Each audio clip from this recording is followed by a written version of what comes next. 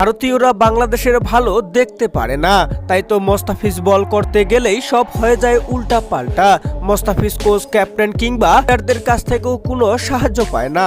এবার চেন্নাই ম্যানেজমেন্টকে ধুয়ে দিয়ে একই বললেন পাকিস্তানের সাবেক ক্রিকেটার শহীদ আফ্রিদি। দর্শক, এদিন লাখনৌ সুপার জায়ান্টের বিপক্ষে খেলতে নেমেছিল চেন্নাই সুপার কিং, যেখানে টান উত্তেজনা আর হাড্ডাহাড্ডি লড়াইয়ে ম্যাচ গিয়ে শেষ হয় শেষ ওভারে। এখানে শেষ ওভারে 6 বলে প্রয়োজন ছিল 17 রানের, সেখানে বল করতে আসেন মোস্তাফিজ আর 3 বলেই দিয়ে দেন 19 রান। তাই তো ম্যাচ হারের মূল কারণ হিসেবে দেখা হচ্ছে মোস্তাফিজকে। এখানে সব ভারতীয়দের বিপক্ষে শহীদ আফ্রিদির কড়া জবাব। শহীদ আফ্রিদি বলেন যে মোস্তাফিজ প্রথম দিকে এত ভালো করছিল, সে মোস্তাফিজ শেষ দিকে এসে এত খারাপ হলো কিভাবে? আমরা প্রথম ম্যাচগুলোতে দেখেছি মোস্তাফিজ যখন বল করতে আসেন তখন ফিল্ডিং সেটআপটা হতো অন্যরকম, আর এখন কেন অন্যরকম? সেটআপ কেন পাল্টে গেল? তো ভালোই করছে, ডানহাতি ব্যাটারদের বিপক্ষে হুট করেই কেন রান্দা উইকেটে এসে বল করলো? এই প্ল্যানগুলো তো আর মোস্তাফিজ করেনি।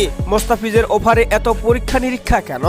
দলে তো আরো বোলার ছিল, তাদের নিয়ে এত পরীক্ষা নিরীক্ষা করা হয় না কেন? এখানে মোস্তাফিজ বল করতে আসলে তাদের আবভাব দেখলে মনে হয় যেন ফিল্ডাররা দৌড়াতেই পারে না। 4 হয়ে গেলে হোক, তাতে তাদের কিছু যায় আসে না। বাংলাদেশি বলেই যোগ্য সম্মানটা দিতে চায় না ভারতীয়রা। সে দলের কাছ থেকে সাপোর্ট পায় না। সাপোর্ট পেলে প্রথম ম্যাচগুলোর মতো জ্বলে উঠবে মোস্তাফিজ। ভারতীয় চায় না মোস্তাফিজ ভালো করুক, তাই তো এমন করছে তারা। রীতিমতো ভারতীয়দের ধুয়ে দিলেন শহীদ আফ্রিদি। শহীদ আফ্রিদির সাথে কি আপনারা একমত তা জানিয়ে দিন আমাদের ভিডিওর কমেন্টে। নতুন দর্শক হয়ে থাকলে চ্যানেলটি সাবস্ক্রাইব করে পাশে থাকবেন। ধন্যবাদ।